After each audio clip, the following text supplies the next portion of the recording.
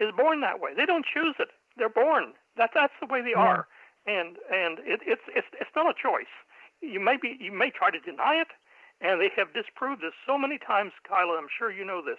That the people that come out and form these groups, the what's it called, Exodus and stuff they used to have, and they find out the real founders are secretly living their own LGBT life, and so they throw up a smoke screen to get cameras off of them, but then they realize what's going on instead of just letting people live their life. And that's the thing, even third world countries are starting to come around, because when I did my research, it was Pakistan who started they have coming out problems with there. And that they do, but they started to instill a nationwide law for the protection of the transgender community. And to us, it doesn't seem like a much, because it only their rate of currency is a $50,000 fine, but translated that from the ruble over to U.S. dollars, it was $432.35 for a fine.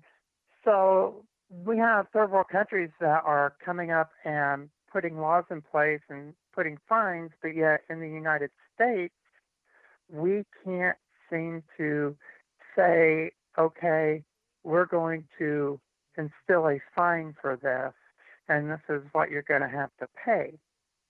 And I think it's a crying shame, because we're this superpower, we're a country that that the world looks up to, and we don't even protect our own people in that aspect. And what is so sad is that there is no southern state with any type of protection laws. And when I wrote my paper, California had the largest population of transgender people. Texas and Florida were right behind California for the 3 top states. And respectively, at that point in time, there was 125,350 in Texas and 100,300 in Florida. Now, Texas also rates the highest in violence towards transgender people in the United States. So if we would just adopt some laws, add fines to them, and not just for the LGBTQ community, as we know in Florida, we're a right-to-work state. So we need to change that from a right-to-work state to a employer that needs to hire people, keep people no matter what. And if somebody's discriminated against or bullied against, be able to have fines imposed, not just try to hope that the schools do something, which is the way the bully laws are set up, is for the high schools and below. And that's if the principals will actually do something about it. But we see it all the time in the news with the Facebook posts that this person was bullied on Facebook and the school refused to do anything about it because it wasn't done on school property, is where they come back to. But if we had fines imposed and even service, I mean, you go and commit a crime, you can get jail time. You get enough speeding tickets, you're going to lose your license. So we'll impose things for that, but we won't impose something that will protect somebody and help them live. Is phenomenal to me. And if we can get the Senate and the House at the state level and at the federal level educated and get them to understand that we need these laws, that these laws are for the protection of everybody, not just a few, but to help the whole entire population, then we'll see a decline in the mortality rate due to violence.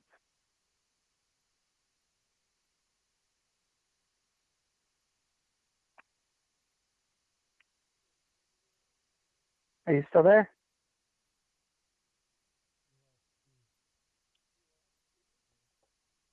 Steve?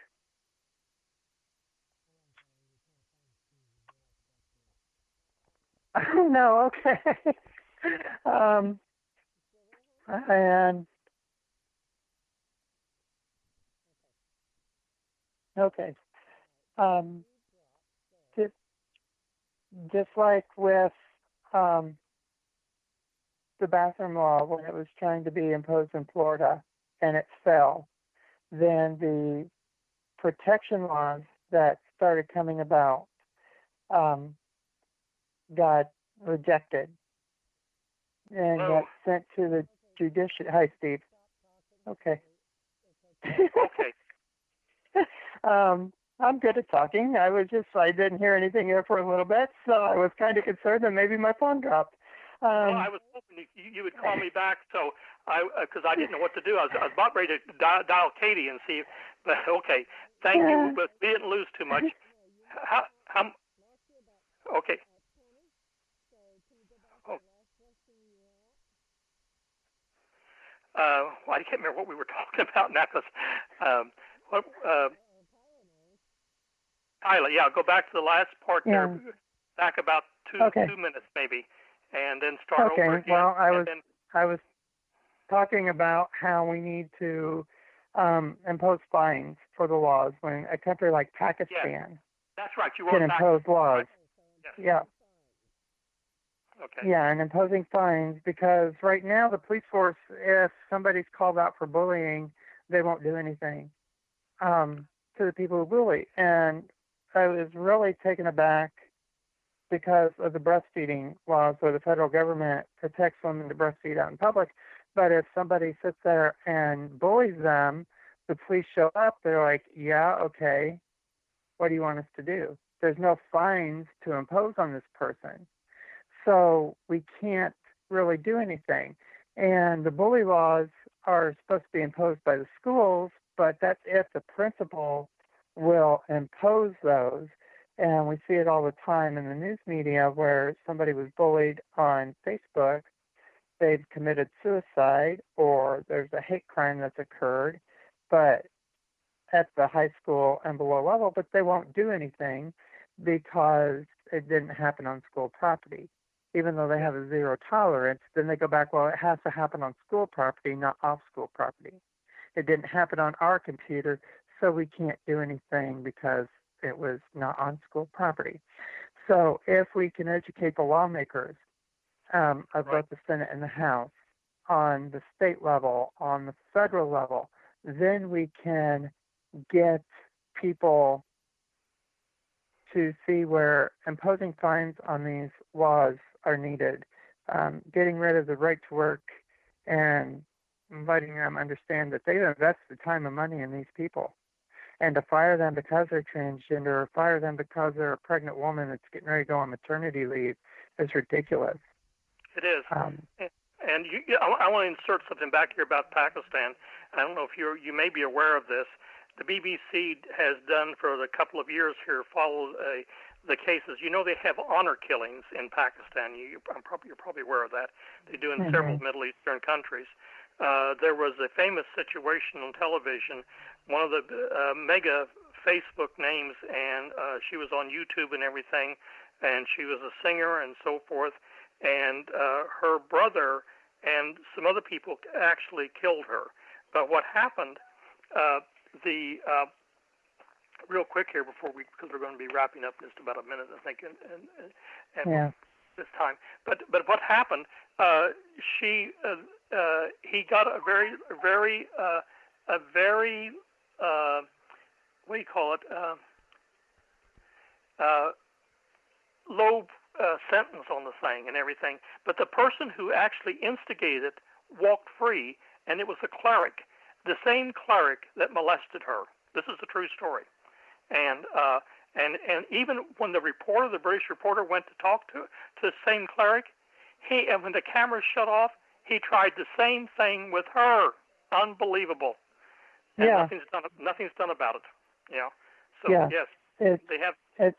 It's a real shame. We had a chance to really say yes, we're the superpower, and the UN, and because of the state of turmoil we have in our country right now, we voted no on getting transgender rights and LGBTQ rights for these third world countries, to have stiff penalties against them, to stop the killings, to, just let the people live and be free type situation, and understand that this is not something that is a choice.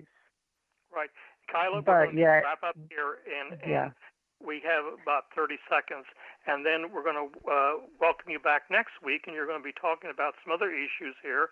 And so give me your final thoughts here in about 15, 20 seconds.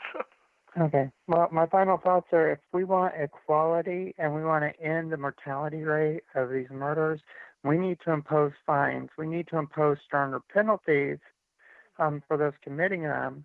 And if it's a precursor to that, we need to help get these people out of that situation, so they're not in a situation where that's going to happen, or we can at least get them some help, quicker response time, whatever the case may be, in order to help these people live and not feel violated.